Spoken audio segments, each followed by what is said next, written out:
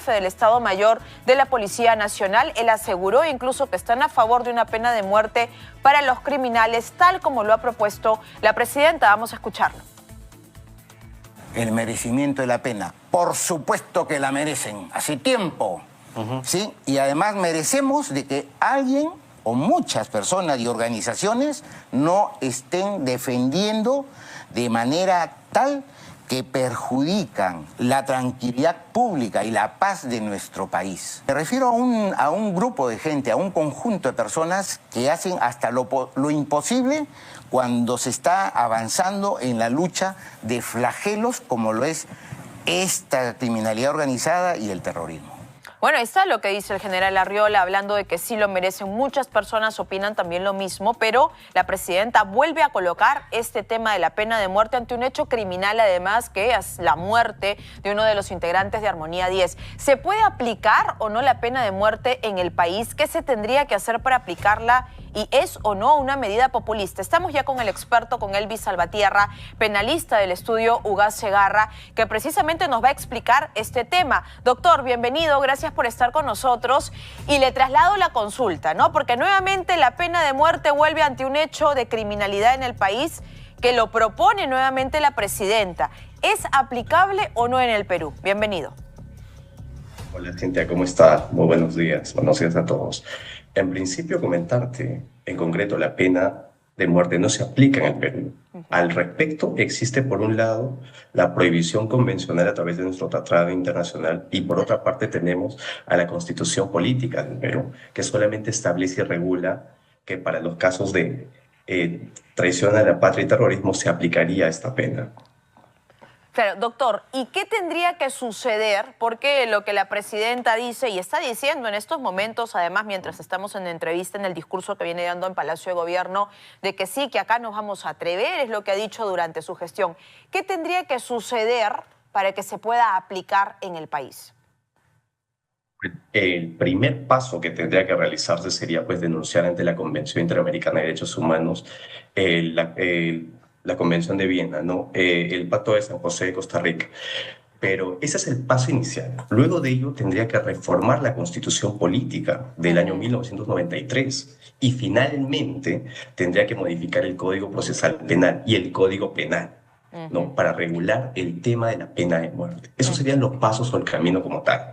A ver, pero esto es un aspecto más legal. No olvidemos que acá hay que traer a colación que este tipo de discursos políticos se están dando básicamente cuando tenemos delitos que conmueven y conmocionan al país. ¿Es verdad? O sea, en diciembre pasó lo mismo, la misma propuesta. Hace poco lo mismo. Y ahora con el caso de Armonía 10 pasó lo mismo. Entonces, si nosotros estamos dándonos cuenta, tiene una reacción política esta circunstancia de la pena de muerte ante este tipo de situaciones. Y no solamente ellos, sino también tenemos que Dina Boluarte pues, está siendo investigada por muchos delitos, por muchos crímenes. Tenemos el tema de la cirugía plástica y todo ello, ¿no? Que es más una reacción política, como te digo.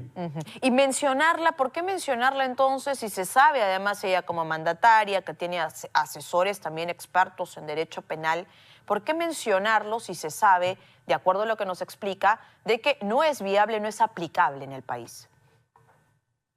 Bueno, reiterarte en ese sentido. Tu pregunta me lleva a la conjetura de que obviamente Dina Boluarte está realizando este tipo de discursos más políticos y mediáticos, ¿no?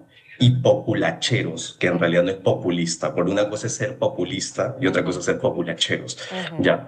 ¿Para qué? Para poder o pretender socavar este tipo de situaciones políticas y mediáticas por las cuales está pasando. Yo quisiera hacer acotación una cosa muy importante. Nosotros o el Estado cuando plantea la pena de muerte implica también que está significando el fracaso del Estado, porque el Estado cuando va a aplicar la pena de muerte no puede resocializar delincuentes, no puede reinsertar ni reeducar a las personas para reinsertarlos a la sociedad. Es decir, esto mismo representaría el fracaso del Estado. porque no estaríamos cumpliendo con los fines que tiene la pena.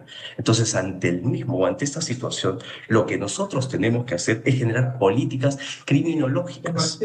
Es decir, vayámonos a enfocar al estudio del delito. ¿Qué es lo que está pasando en el Perú? Generar políticas criminológicas.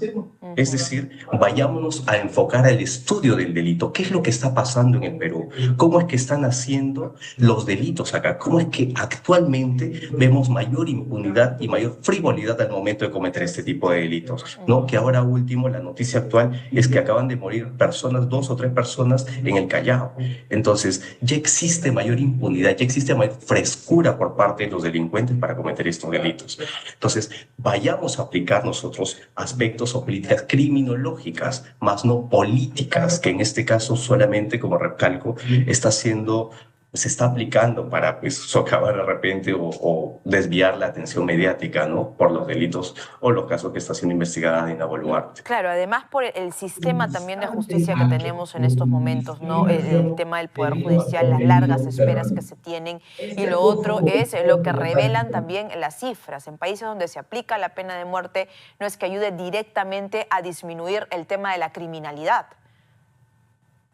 Correcto, mira, y nosotros recordemos una cosa, este tipo de delitos como tal de sicariato, de extorsiones, de secuestros, son delitos que son cometidos por funcionarios o personas como tal que no tienen sangre en la cara, o sea, no termina siendo disuasivo, no termina impidiendo que las personas cometan estos delitos. En atención a ello, nosotros tenemos que actuar o plantear políticas públicas y de criminología, recalco, esto es muy importante, para poder contener este nivel de delincuencia que tenemos ahora. El primero de ellos, evidentemente, siempre va a comenzar con la educación, con la socialización, con el desarrollo social, porque tenemos que entender el delito. ¿Por qué tenemos este nivel de índice de criminología?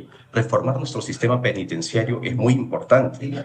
Si nosotros, dividamos, porque muchas veces los centros penitenciarios terminan siendo unos centros de mezcla ahí, donde tú mezclas a todos los funcionarios, a todos los delincuentes, y es más, los reeducas para la delincuencia todavía. O sea, tiene un sentido o un efecto opuesto al esperado, ¿no? Entonces, recalco ello, Cintia, precisamente hay que tener políticas criminológicas en este caso.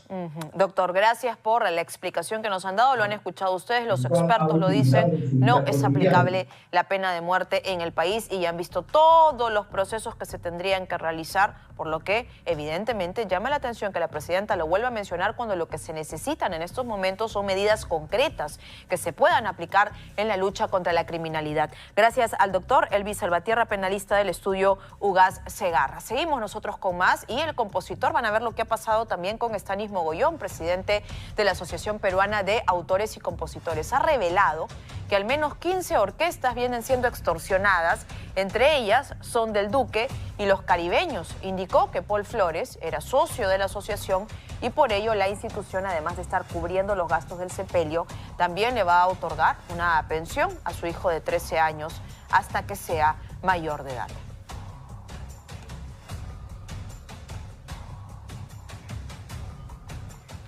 Vamos a conocer a continuación chats de extorsionadores.